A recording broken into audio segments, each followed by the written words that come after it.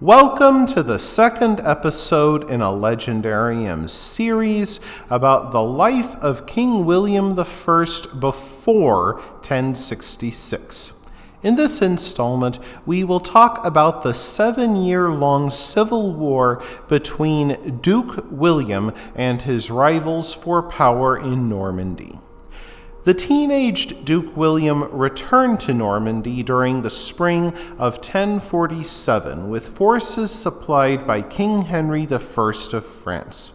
He did not face a simple task, for the young duke had to bring a rebellious duchy to heel. Guy de Burgundy, one of William's own cousins, had rallied some of the rebel barons, asserting that he had a better claim to power and, more importantly, more men. When William first tried to challenge Guy, his rebel cousin sprang an ambush which sent Duke William fleeing. Yet, in the summer of 1047, Duke William returned with a large army. The two met at Val-es-Dunes outside the capital of Caen on August 10, 1047. Val-es-Dunes was William's first battle. Though outnumbered, he proved the stronger war captain, and many rebel knights drowned as they tried to flee across a flooded river. Duke William's first battle was a decisive victory, and though he still faced opposition, he could truly claim to be Duke of Normandy. King Henry I of France left Normandy after Val-es-Dunes, leaving his vassal Duke William to sort out his troublesome duchy. Guy de Burgundy survived his defeat and fortified himself at the castle of Brionne. The siege of the castle began. It is unknown how long Guy de Burgundy held off Duke William's besieging army, though Orderic Vitalis later wrote that the siege lasted for 3 years. Yet this would not be the only problem Duke William faced early in his reign.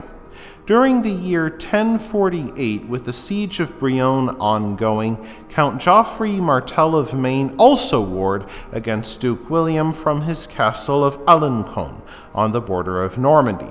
Duke William led a smaller force to subdue one of Count Geoffrey's castles. During the siege, the residents are said to have hung animal hides from the walls to mock Duke William for supposedly being the grandson of a tanner.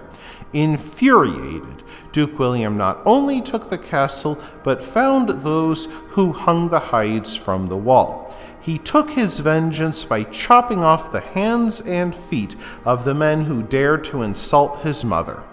Around the time that Duke William seized Alencon, forces loyal to him captured another rebel castle, Chateau du Loir. From there, things began to break in Duke William's favor, in no small part because of his enemies' foolishness.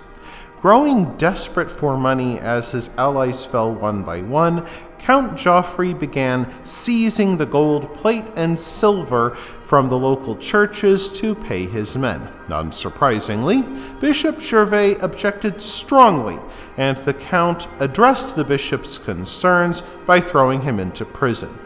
In October 1049, the outraged church threatened the wayward count with excommunication and made good on their threat in the year 1050.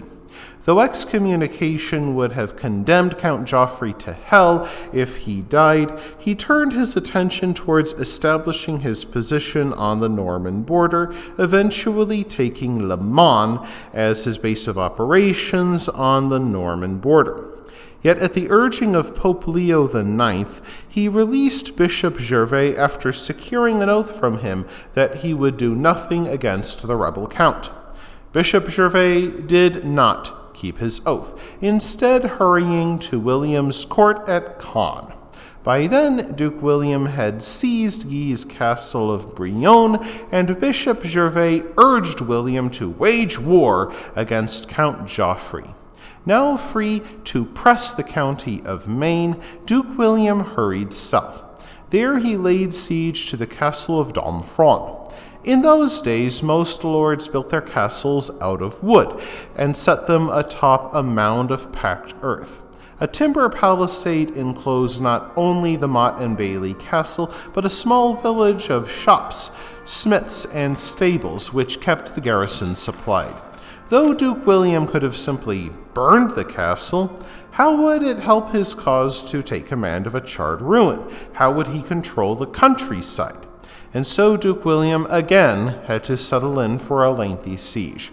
He used the usual tactics of having catapults fling dead animals over the walls to spread disease, along with the severed heads of any rebels they caught outside the wall. For a time, the siege went well, and though it is unknown if Duke William stormed the castle, he did force Count Joffrey to reconcile with him. Things appeared to be going well, at least until William's own uncle, Count William of Arquis, renounced his oath of loyalty to Duke William and went home to organize a rebellion. Of course, Duke William did not approve of this and laid siege to Castle Arquis. The rebel uncle appealed to King Henry, who reconciled to Joffrey Martel sometime during August 1052. The siege of Arquis continued for more than a year, well into October 1053.